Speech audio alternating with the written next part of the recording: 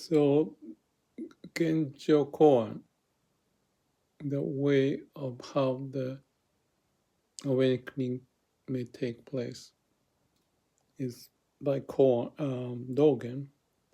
As a saying, it's just wonderful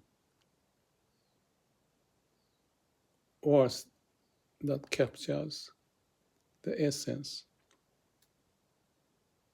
of how we may get deluded and be awakened.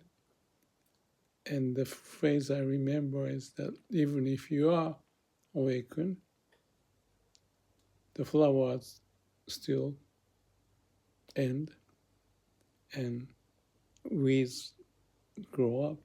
So it's like a delusion still comes back. You don't need to be perfectly enlightened, being a human, but the glimpse of enlightenment